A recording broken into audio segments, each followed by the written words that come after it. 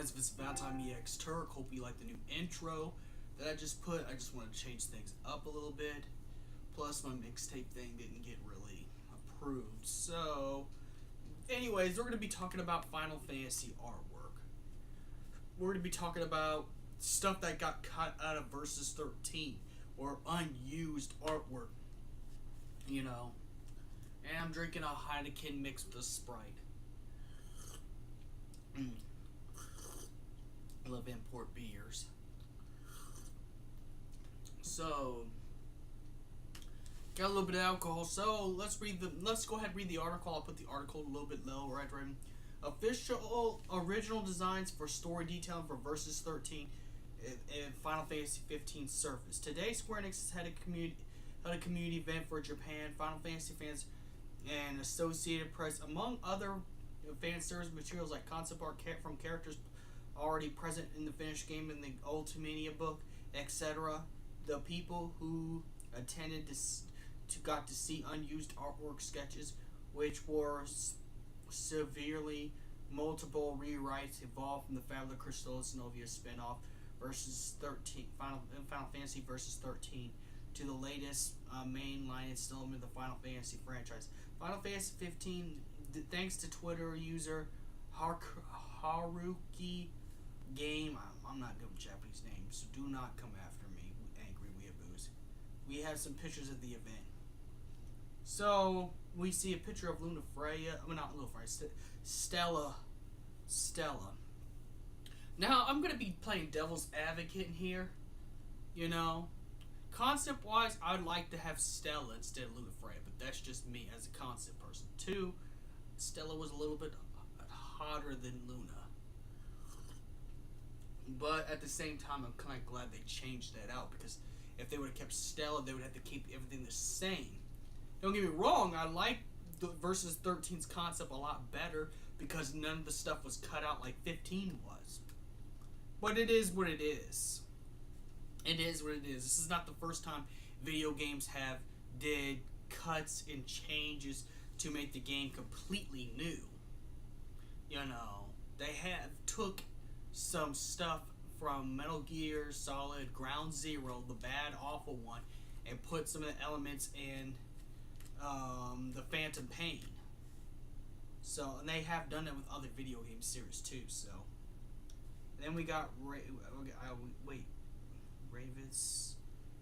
interacting with Gentiana. Oh no, that's the other one. Sorry.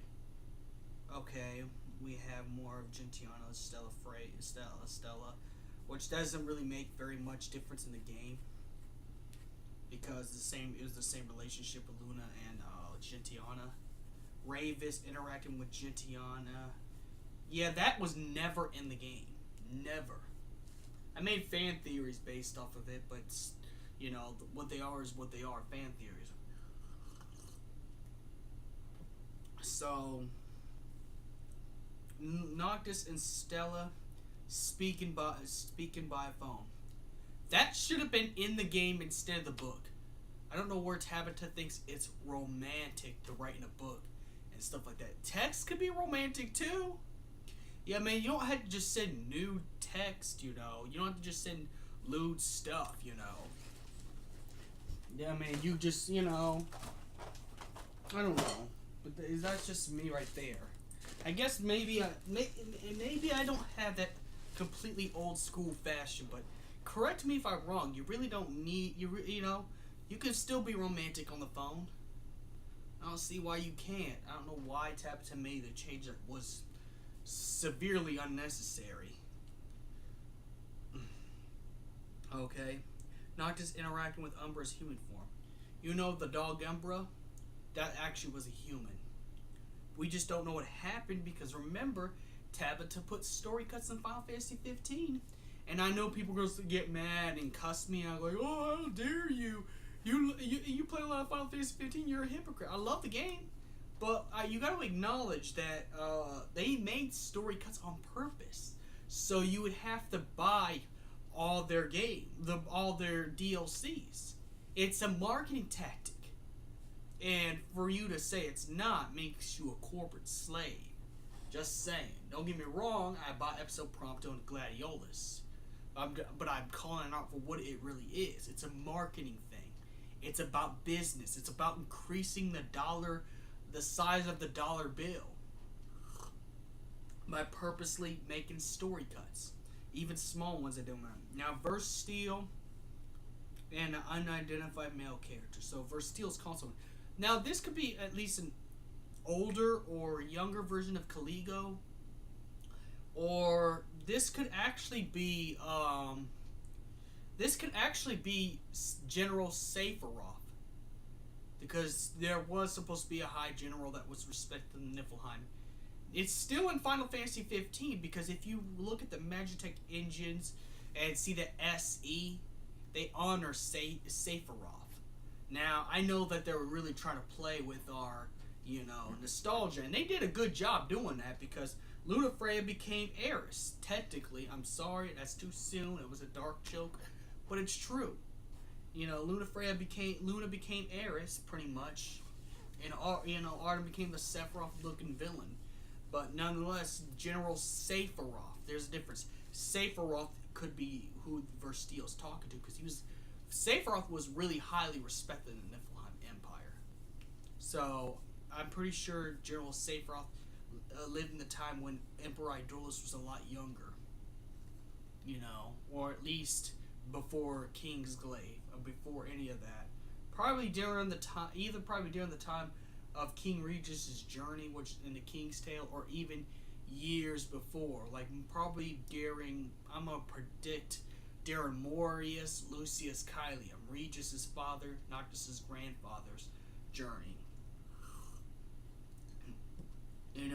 So he was a respected, high commander, and probably that's why they had to make Glocka the same way. And Glocka didn't turn out the way. Ravis became the new Sephiroth, which, if you look at it in a more esoteric way, Ravis kind of looks like Sephiroth, just a little bit. And then the general before Glocka was Sephiroth. They're really trying to reuse some wording and some stuff to make it. If you gotta understand, it's a marketing scheme. They want you to buy. So, Ravis and Noctis's original show off. I wish it was like this verse. I think Noctis should have fought Ravis as a human, and then after beating him in human form, Ravis turns into a demon and gets ready to fight back. But I kind of understand. They wanted to give Ravis more character development, so they couldn't just make him evil. In fact, I kind of like.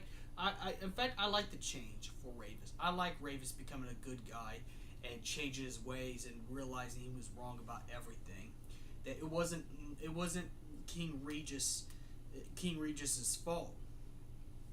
In fact, I liked Ravis even a lot more when Ravis went up to Emperor Idolus and just told his ass off.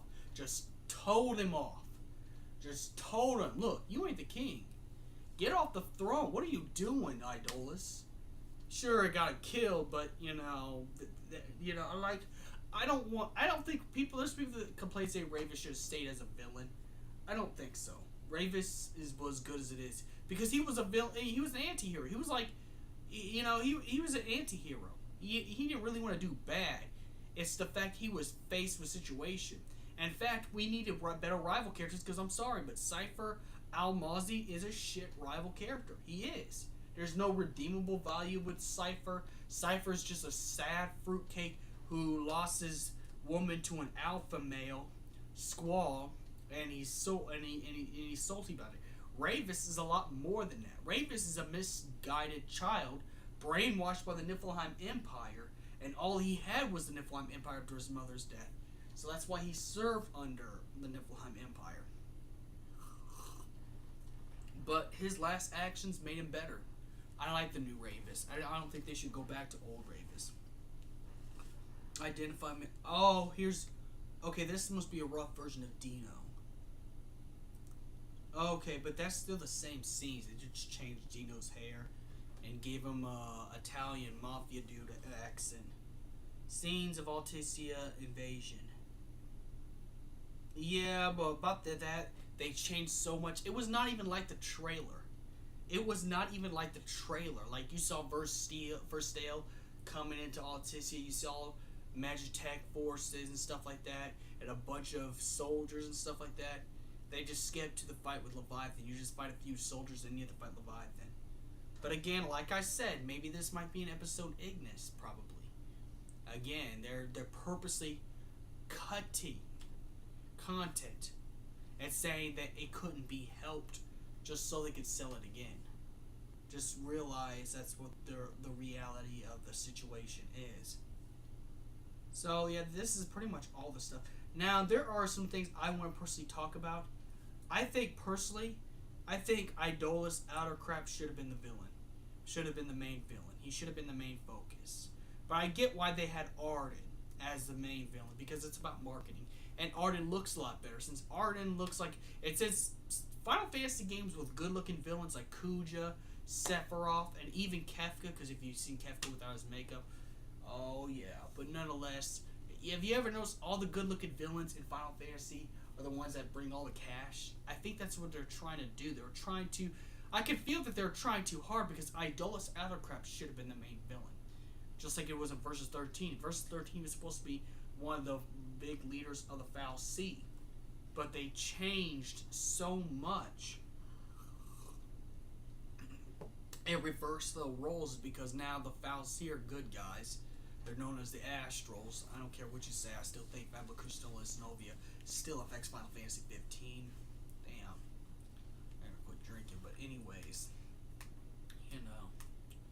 The point I'm trying to say is that the point I'm trying to get across to you guys is that I think Idolus should have stayed as the main villain. I think he should have stayed as the main villain, and then Arden being just higher up. You just defeat in the game, you know? Because, I mean, not all Final Fantasy villains have to have the same thing. Sid Alstein was a badass old man character. So was Verstale. And so was, trying to think of an old character. Trying to think of another old character that was really good. Oh, man, I can't really think about it. It's like, there's so many, there were some, oh yeah, Bartandalonis from Final Fantasy 13. I think he has more of a chance of making it into Dissidia NT than Caius is. But I know why they did Caius. Because they wanted to go back to their tropes that made them money in the first place. And I understand it's about making money. It's about making money by putting something that everybody liked in the original games. Don't get me wrong, I like the good-looking villains. Caius was an awesome villain. Sephiroth, you already know, is my favorite Final Fantasy villain. Favorite video game villain of all time. You know, favorite villain at all time. You know, I got a lot of Sephiroth merchandise. So, you know how I feel about Sephiroth. But I do got to admit that the reason why Arden was picked over Idolus is because it would sell a lot better. No offense, but I think they took into account that they think it's the fault of Final Fantasy 13's fault. One of the reasons why is because Bartandalonis is the main villain. And they should have had Sid Reigns be the villain instead. But, you know, I don't think so. I think, you know, right now, you could tell they're trying too hard to market. It wasn't about making a Final Fantasy game, and that's why this is the most controversial. I love Final Fantasy 15 to pieces, but I gotta criticize it and say that they're just trying so hard to sell like they did. They're you know, that's how much of a fan I am. I see the same tropes they're using, you know, a little bit. They have put some Final Fantasy 7 tropes. Damsel gets killed by villain. Villain has really good and gorgeous looking and buff and everything. So, may the crystal be with you. And you can review these art clips. I'll leave them in the description below.